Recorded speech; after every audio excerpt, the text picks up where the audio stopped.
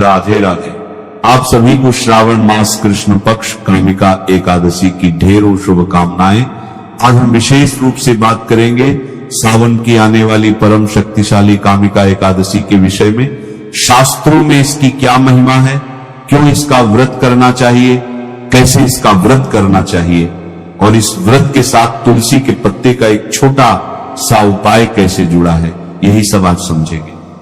एक तुलसी का पत्ता कैसे इस दिन एक बार सोने और 2 बार चांदी के बराबर पुण्य दे सकता है, भगवान श्री कृष्ण इसकी क्या विधि बताते हैं, कैसे इसका व्रत करना चाहिए, क्या फल प्राप्त होता है, क्यों करना चाहिए। सबसे पहले इस एकादशी को किसने किया, यह संपूर्ण शास्त्रीय जानकारी आज आपको बताई जाएगी। फिर बताएंगे कि व्रत किस दिन करना है, मुहूर्त कब रहेगा, क्या शुभ समय रहेगा और पालन कब करना है। तो आइए जानकारी आरंभ करते हैं। ये एकादशी से संबंधित शास्त्रीय जानकारी है, इसलिए जितना हो सके इसे आगे पहुंचाइए ताकि अधिक से अधिक लोग सही जानकारी पाकर सनातन के इस सबसे कल्याणकारी व्रत को सही प्रकार से कर सकें और अपने व्रत को सफल बना सकें। जय श्री हरि, नमो भगवते वासुदेवाय। आइए बात करते हैं आने वाली एकादशी की। आप सभी जानते हैं कि वर्ष की 24 एकादशियां परम कल्याणकारी होती हैं, पर कुछ एकादशियां ऐसी होती हैं जिनका महत्व और भी अधिक होता है। श्रावण मास का महत्व जब मैंने इसके विषय में पढ़ा तब और भी स्पष्ट हुआ। यह शिव जी का सबसे प्रिय मास है।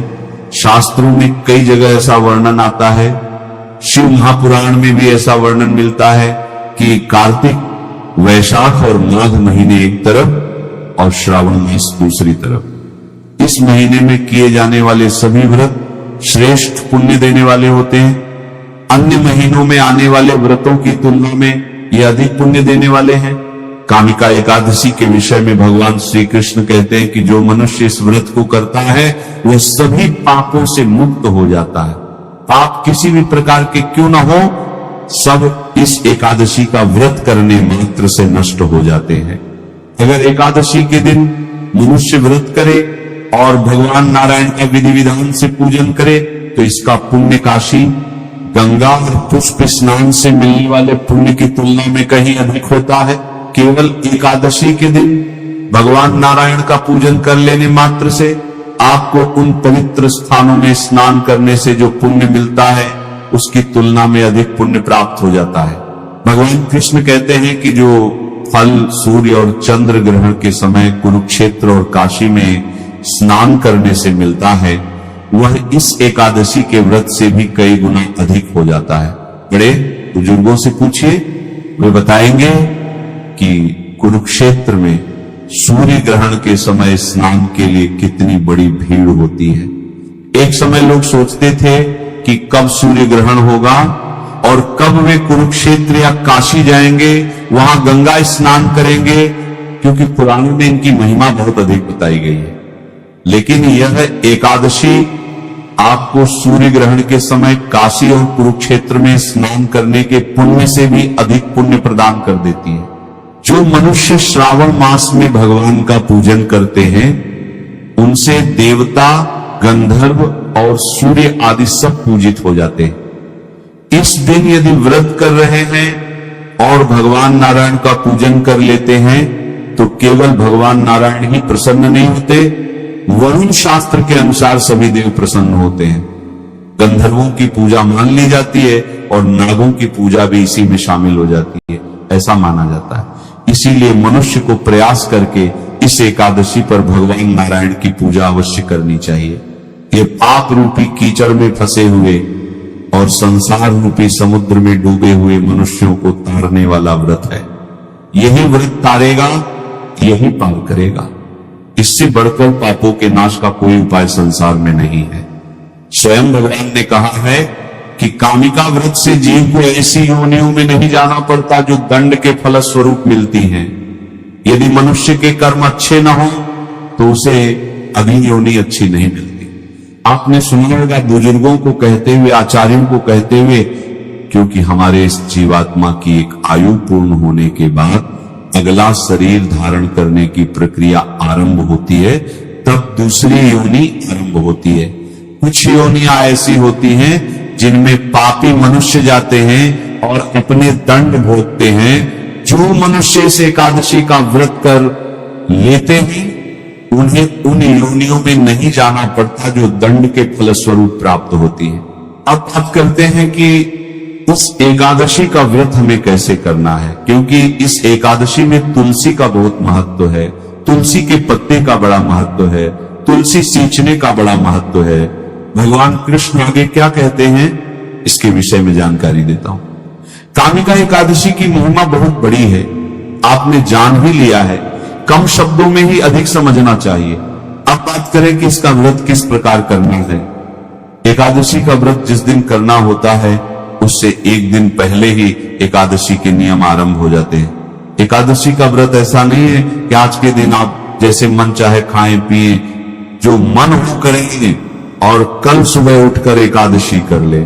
नहीं, एकादशी का व्रत त्रिदिवसीय विधान होता है। जैसे इसके पुण्य की तुलना नहीं है, वैसे ही इसके नियमों की भी तुलना किसी और से नहीं कर सकते।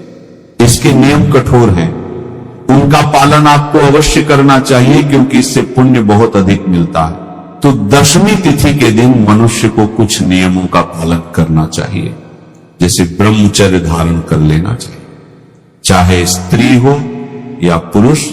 दशमी तिथि से ही ब्रह्मचर्य का नियम आरंभ हो जाएगा। जो माताएं बहनें हैं वो व्रत के एक दिन पूर्व ही अपने बाल धो लें। यदि शुद्धि के लिए आवश्यक हो तो बाल धोना, सिर धोना, हेड वॉश करना ये एक दिन पहले होना चाहिए, क्योंकि इस एकादशी के दिन और द्वादशी के दिन जिस दिन पारण होगा दोनों ही दिन बाल धोना वर्जित होता है। अब आप कहेंगे यदि कुछ ऐसा वार पड़ जाए जिसमें बाल धोने की मनाही हो तो क्या करें। ऐसी अवस्था में उस दोष से बचने के लिए जिस जल से आप बाल धो रहे हैं उसमें थोड़ा सा कच्चा दूध मिला लेना चाहिए, इससे वार दोष समाप्त हो जाएगा। साबुन, शैम्पू आदि प्रयोग नहीं करना है, केवल जल से बाल धो लीजिए, इससे शुद्धि हो जाएगी और वार दोष भी नहीं लगेगा। उसके बाद ब्रह्मचर्य धारण कर लीजिए। प्रथम कार्य सुबह से होता है। व्रत के एक दिन पहले एक वक्त का अन्न आहार कहा गया है। यदि संभव हो तो एक वक्त का अन्न खाना चाहिए। नियम ये कहता है, बाकी तो आपकी अपनी सामर्थ्य पर है। सबका स्वास्थ्य अलग अलग है, सबकी शारीरिक स्थितियां अलग अलग हैं। यदि संभव हो पाए तो अवश्य एक वक्त अन्न का नियम लीजिए, अन्यथा 2 वक्त खाइए। आपके बहुत सारे प्रश्न आते हैं, शाम को फल आदि खा सकते हैं क्या? एक वक्त अन्न लेने के बाद हाँ, शाम को फल दूध आदि ले सकते हैं। जो लोग मांस मदिरा का सेवन करते हैं उनके लिए विशेष जानकारी है कि उन्हें मांस मदिरा का सेवन एक दिन पहले बंद करना चाहिए। ऐसा नहीं है कि खूब खाएं पिए और कल व्रत कर ले, यह अनुचित है। एक दिन पूर्व ही इसका त्याग कर देना चाहिए।